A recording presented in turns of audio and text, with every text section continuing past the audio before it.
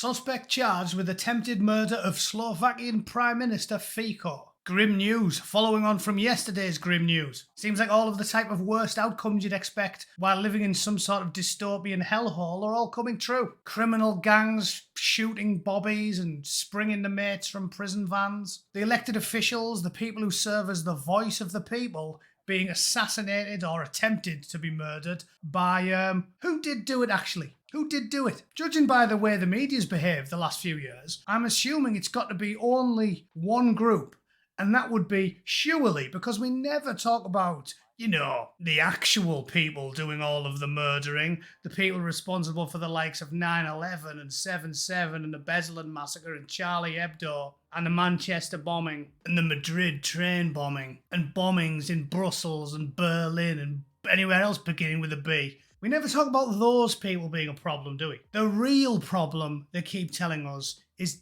definitely the far right. So, I'm assuming the Slovakian Prime Minister is definitely far left, is he? Is he like a Slovakian version of Jeremy Corbyn? Let's find out.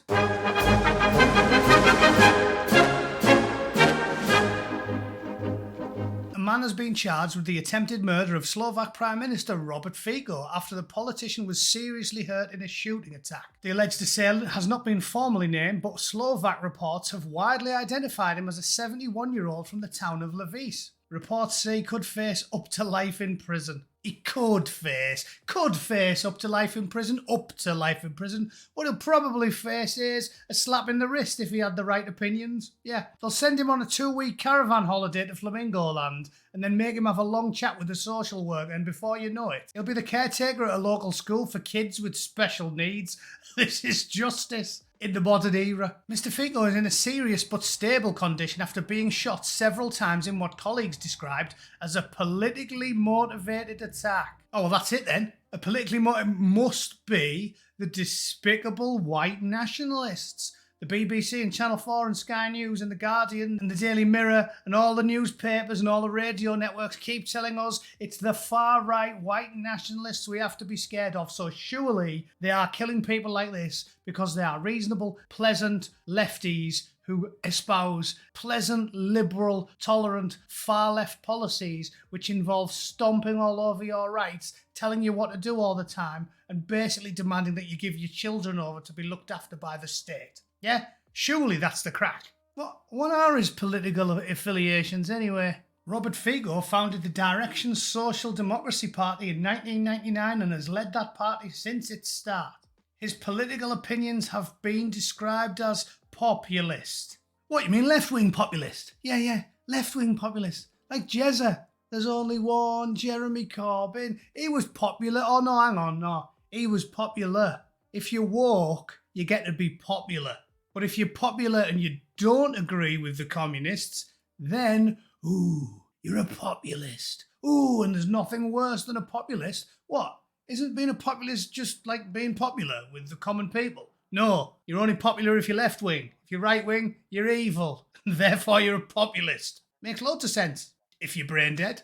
Like many lefties, after the Velvet Revolution of 1989, he started out as a commie and joined the party of the Democratic Left. But then, like Peter Hitchens and almost every single lefty who has two brain cells to rub together, he quickly realised how corrupt and monstrous that ideology is and started to move towards the right. And then, here's the rub, where's he at these days? In May 2016, Fico stated that Slovakia will not accept one single regular at Alan's legendary snack bar into the country, weeks before the country was scheduled to take over the presidency of the EU. He further stated, when I say something now, maybe it will seem strange, but I'm sorry, the religion of many, many pieces has no place in Slovakia. I think it is the duty of politicians to talk about these things very clearly and openly. I do not wish there were tens of thousands of Alan's lads in Slovakia. So there you go. Now it's time for him to get rubbed out because he doesn't agree with Ursula von der Scheisseporn and Guy Verhofstadt and Klaus Teutonic Megalomaniac Schwab and all the rest of them, and YouTube and Facebook and Silicon Valley and the BBC and the Guardian and Biden and Trudeau and everybody else. And if you don't agree with them, you get vilified and demonised, just like they've done with the Hungarian PM, and they do it on purpose, constantly, because they're trying to push people towards you like this fella, who will then fill you full of holes just for a laugh. This is what we're dealing with. As I've told you a lot for many years, we are the embattled majority, being ruled with an iron fist by people with no legitimacy. The average plumber or bricklayer or bus driver or window cleaner doesn't see the world like Guy Verhofstadt or Keir Starmer. He sees the world like the Slovakian PM and the likes of Donald Trump, and don't let anybody tell you otherwise. And the last assassination in the UK was also not carried out, political assassination, this being David Amos, was also not carried out by a white nationalist, was it? It was carried out by one of those beardy fellas who has a special penchant for an epileptic desert midget that claimed to hear whispers from angels and has now convinced his followers that running into crowded buses whilst wearing hissing backpacks is a good idea. I mean, you couldn't make it up. They're the sensible ones, apparently. You know, I've always thought this.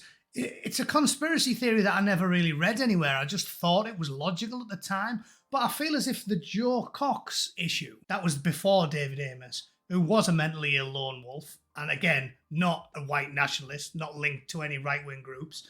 I felt that the timing was off on that because it was just before the Brexit referendum. And I couldn't help shake the belief that the guys of like the likes of Tobias Ellwood may have had the nudge units and the PSYOPs groups that we know attack British citizens regularly and did so aggressively and with great aplomb during the pandemic. I couldn't help but shake the idea that perhaps they might have nudged a few weirdos in her direction because they thought it might help them win the Brexit referendum. I mean, does that sound crazy? Because it doesn't sound crazy to me. But that's just my opinion. Let me know what you guys think. If you think the real threat to the West is white blokes who work as plumbers and occasionally espouse right-wing talking points in the pub, if you think that's the real problem and not the people who blow the women and the kids up, or the people who are alarmingly killing politicians now and shooting them and stabbing them to death, let me know. And I'll be sure to file your opinion in the same place I put the scribblings of a homeless man who stopped me in traffic last week and claimed he was a wizard. You'll go in that dustbin.